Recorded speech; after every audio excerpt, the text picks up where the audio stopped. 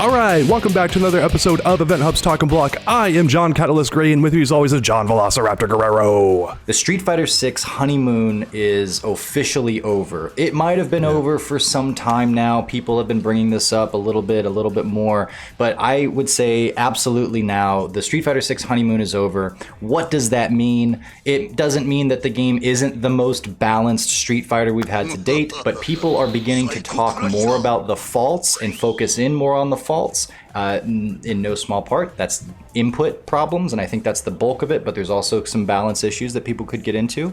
And then also, I haven't put my finger on this, but there does seem to be a certain amount of burnout or apathy, or the ask of the mental stack of Street Fighter 6 is not worth the amount of satisfaction. I'm not sure what it is, but it feels like people are not being pulled to play as much as you might think. So all that adds up to the Street Fighter 6 Honeymoon feels like it's over. John, initial thoughts on that? My biggest thing coming from this, and I was talking about it yesterday with you guys, is that people were so happy that this game was not Street Fighter V, they overlooked a lot of stuff.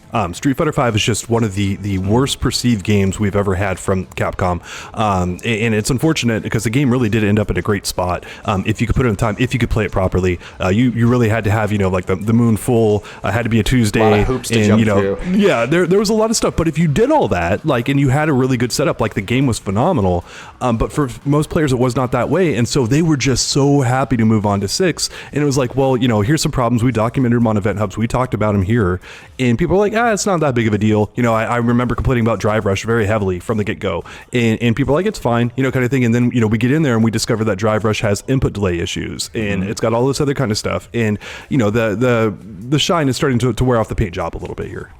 Yeah, I feel the same. I was playing a few days ago, and we did a whole other video on inputs and how frustrating those are and the particulars of those. So I would very much encourage you guys to check that out. I don't want to go through all the particulars of what people are saying about inputs, but the base of it all and the most important part of it all is that people have an experience that they expect, and they've played, especially if this isn't your first fighting game, you know what it feels like to input a command and have what you want manifest on screen. Sometimes you mess up, and yes, the onus is on you, and yes, there are a lot of scrub quotes of people that are complaining about inputs when really it's just their own execution.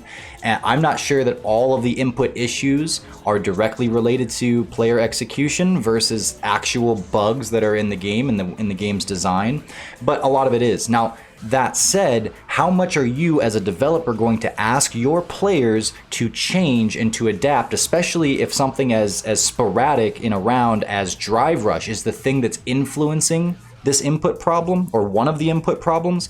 People are at some point going to say, yeah, I could play this game enough to really get it down and to be very specific in all my inputs and be perfect, but how many people are going to get there? Versus they're going to say, I have other options, I'm going to go play something else. So that very much is part of this conversation, and that is what is contributing in no small part to why this honeymoon feels like it's over, kind of a thing.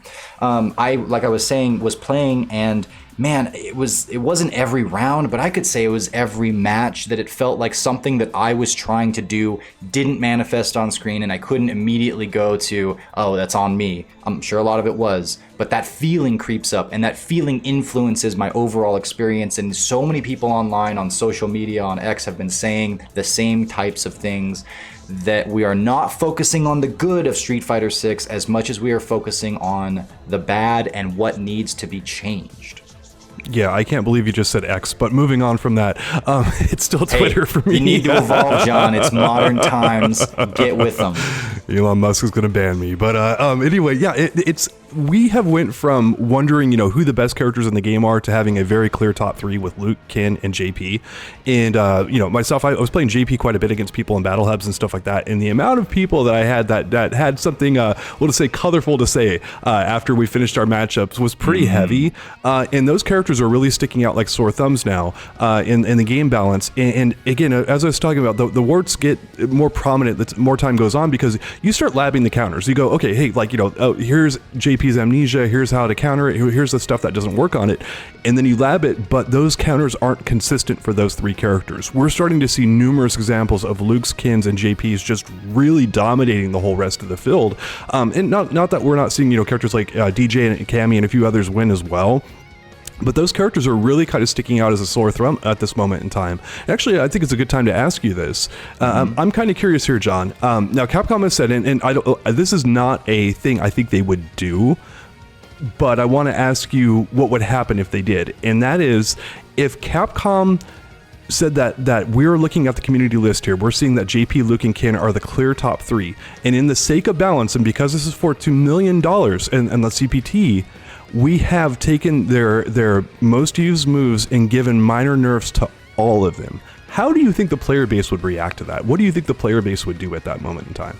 Well, because those characters are more so seen as villains than anything else, than anyone else right now, I think that there would be clearly a positive reaction by a lot of people. When you start to dig into that, I think you could get into whether or not that's an appropriate move when you're not balancing the whole rest of the game. And I personally feel like a lot of what the issues are more in the mechanics, the general mechanics, and the like we were talking about, the inputs, more so than a lot of the direct moves. And I'm a JP player as well. I am not married to this character, by the way. I'm very much looking forward to when Akuma comes out. I was looking forward to Aki, but she just is not my cup of tea by any means. But I'm not married to this character. I don't care that he would be a top tier. I don't feel like he's as good as a lot of people say they are, because I still I see his faults and such. But in terms of answering your question, I think that people would jump on that initially, but I'm not so sure that that's the approach that you want to make. So there's a lot of danger in that, because it's like, well, is that where the problem is? Have we figured out exactly where the problem is? I'm not so sure that it's just that the top tiers are too powerful. I think it's more in the inputs. I think it's more in the problems with the mechanics that not affects everyone. And I think there are a lot of things you can do. We talk about Lily, especially in that drive, or in the input video, how there's a lot you could do with a character like Lily that, first of all, buff her up. Give her the things, get rid of the bugs that seem to be in her commands, give her a few quality of life updates, and then let's see what the landscape looks when you've done that for those characters. See if they can't hang with the likes of JP, Ken, Luke, and I would add a handful of other characters in that same tier, but that's a different discussion to have. Before you directly go to, we know that balance-wise, we just need to nerf certain characters. Because again, I do think that on the level of move-to-move basis, that the developers have spent by far more mental effort figuring out how the different levels of playing in this game will interact with one another, and they've considered all that, and they've really taken it into account. I think it's much more bugs in Drive Rush and the inputs and all that kind of stuff that is hampering the game. Yeah, I started with Guile, was playing JP for a long time, and now I'm over to Aki, actually. So full disclosure on my end.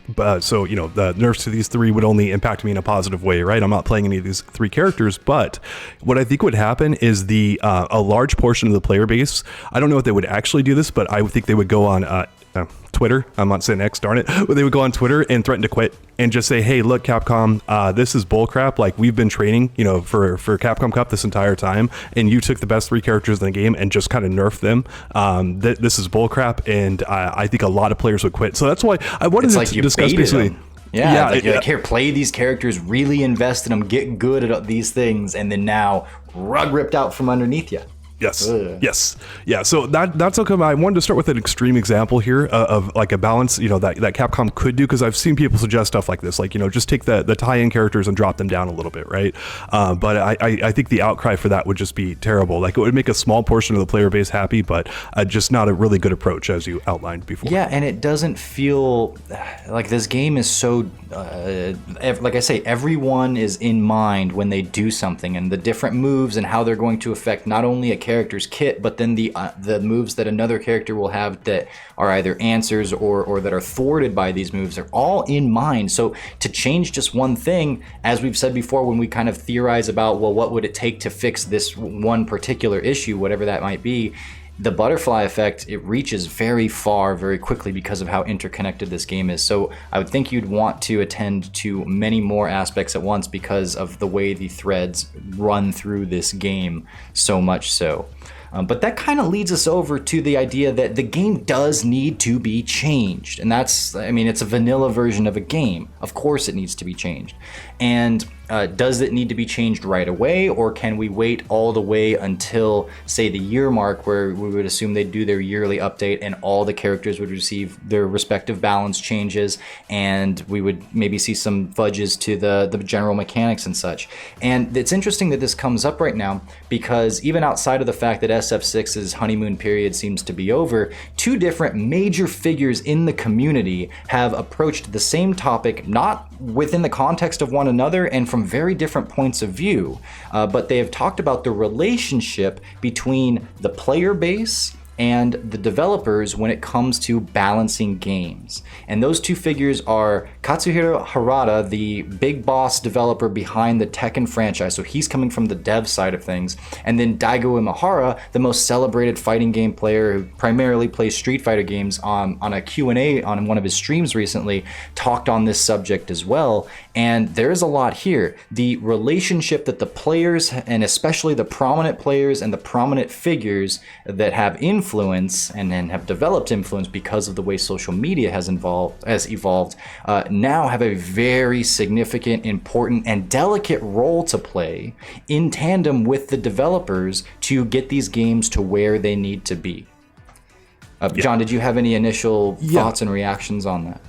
The biggest thing that Daigo said is basically that Capcom does not know how strong the characters are. That was like the biggest statement that I saw from Daigo. Mm-hmm. And there's actually a good amount of proof of this in terms of what Daigo's saying. He's not, pulling that out of nowhere. He basically, I think he cites Alex in Street Fighter V as being like the best internal, a character at Capcom, basically what they said. Because, Luke was winning everything left and right at the very end after he was introduced into Street Fighter V. And Capcom's like, well, what if we said that Alex internally is, better and has been great, and the disconnect. The community, the community basically said that Alex sucked the entire time, and he got these very minor quality of life buffs along the way, and it really made everyone think that there was someone at Capcom, and Capcom does have some great players here, that is really, really, really good with Alex, and basically he was like, you can't beat me with Alex, there's no way we're going to buff this character, blah, blah, blah. That's basically what we thought was happening, but you don't want to balance games strictly on your own internal battle balance team, because they're not the people who are buying and playing your game that are, paying your bills, basically, right? The community is. The community is so much more important than your own internal team. And again, you don't want to completely ignore what your internal battle balance team is coming up with.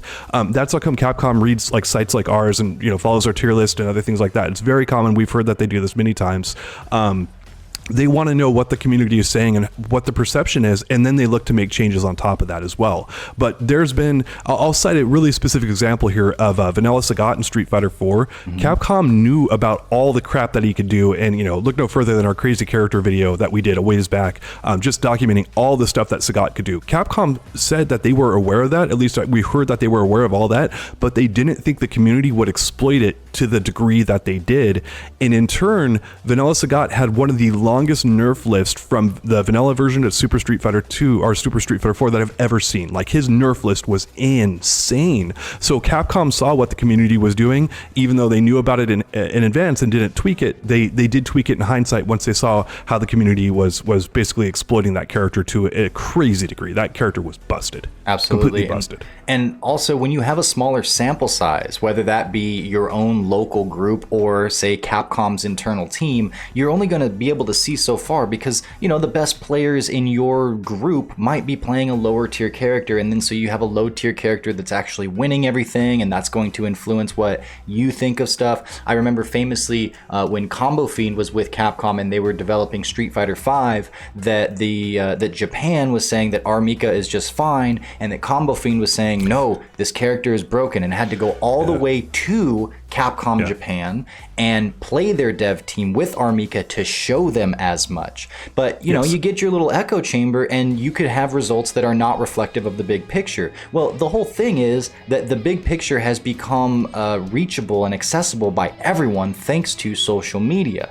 And so now it went from, yes, Capcom was always updating these games. We all know there's 1,000 versions of Street Fighter 2 with new moves or new characters or tweaks into the speed and the mechanics and such. But it was really it was really from Street Fighter 4 Vanilla to Super Street Fighter 4, where the Sagat nerfs came in, that was kind of the first time that we entered into this more modern relationship where people could go online and not only express how they were feeling, but then show examples and clips, and people are breaking stuff down and highlighting hitboxes and hurtboxes and showing frame data and whatnot and fluctuations. And now the developers can't, it's a piece of the puzzle that if they ignore, it's going to be really bad for the game.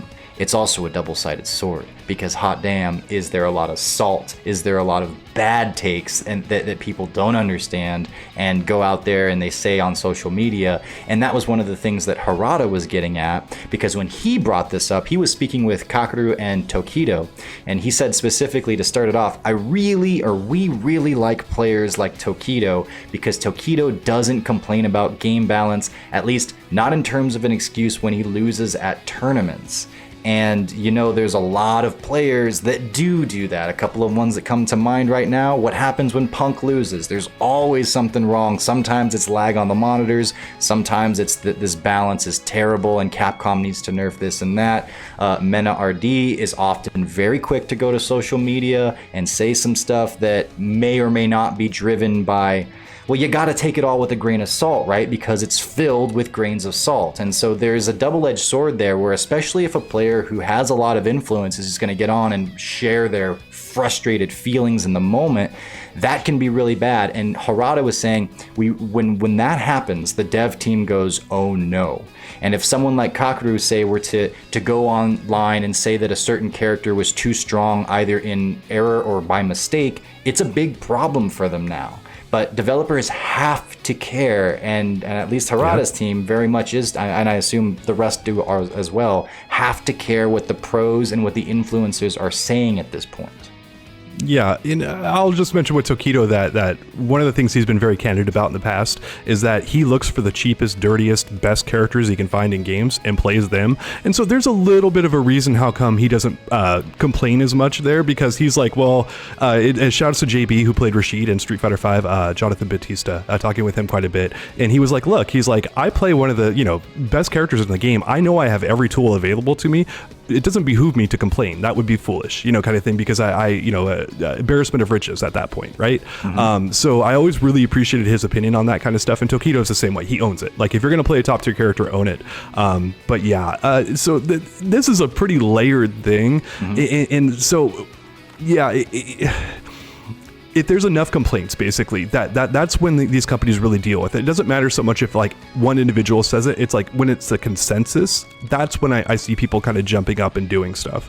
It's if one player's like, Punk or Mena RD, as you mentioned, they're saying like, hey, Luke is too strong or whatever. I don't know why Mena would say that because he plays Luke, but if he does say that, it doesn't necessarily hold as much weight as when the entire community is kind of collectively saying that. Like, hey, Luke is number one, he's too strong, he's too whatever. That's how come Nakayama addressed Luke specifically in Street Fighter 5, because the complaints weren't just from one player, it was from pretty much everyone.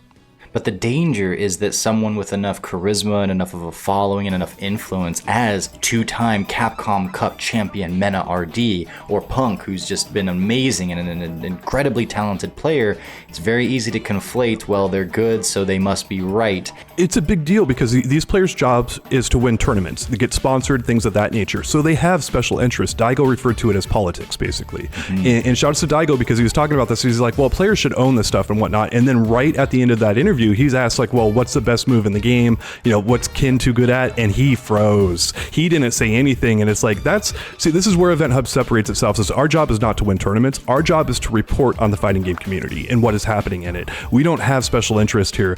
Our special interest is everyone possible enjoying these games, like loving these games like we do. That's what we care about the most.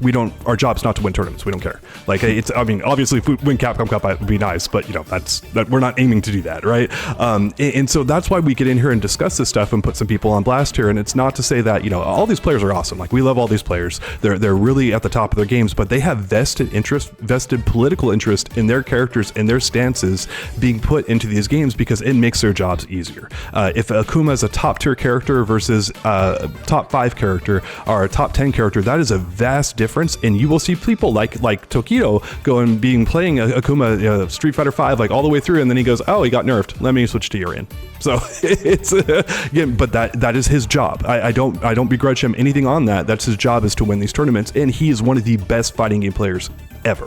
It's like not even close. He's on the Mount Rushmore of the best fighting game players ever. So shouts to anyone who can get up to there. And again, Tokido, most of the players generally, if you kind of press them a little bit on what their true opinions are of these characters, they tend to be fairly honest with it. But the hot takes on X. The hot takes on X tend to be they tend to be very scorching and not necessarily nuanced, but that is Twitter. You know, that's Twitter for you. It's not going to be nuanced. What's going to float to the top, but not the most controversial and heated things, just generally speaking, on that platform. So, yes. So what do the devs do? Because at the same time, this is something else Harada said. They're not just designing these games for their esports competitive players. They've become a major part of the audience, and they do want to attend to these players, but you've also got plenty of others, a much bigger group of potential audience that is just playing for fun, playing to enjoy. Yeah. And if you get so intricate that your game becomes like sterile to that audience, then it's like, great, you have a handful of competitive players, but you don't have enough people buying this game to justify the next one or to, you know, make a huge pot for Capcom Cup or whatever it is. So there is a very delicate balance, and I do not and never have envied the developer situation. But you're talking about politics here, and that's always been something, whether it be that you don't want to share tech in your community because you want to win at tournaments, or you don't want to talk about what's overpowered because you don't want your character to get nerfed so that you can go perform. Of course, that's going to be something that's influencing the competitive community and the competitive voices and the way that competitive or influential players share their feelings online. Daigo says, let me find it here, that so he says that initially he felt like Street Fighter 6 was so well balanced that the devs wouldn't need influence from the community, maybe, but he feels like that's absolutely wrong here, you know, 4 months or so into the game's life. But he also says that if influential players don't speak up, then you are going to have situations like, well, we think that actually Alex is the best character, and so we're going to be basing our balances around that, as opposed to the clear sore thumb being Luke, and this is of course in the reference to Street Fighter 5. He says things will go very badly for the game, so you can't go back at this point. You have to listen to the players, and the competitive players are going to be the ones that put this under the microscope more than anyone else. But how do you sift out and get away from all of the fluff and all of the emotion and all of the wrong information and not hit those landmines?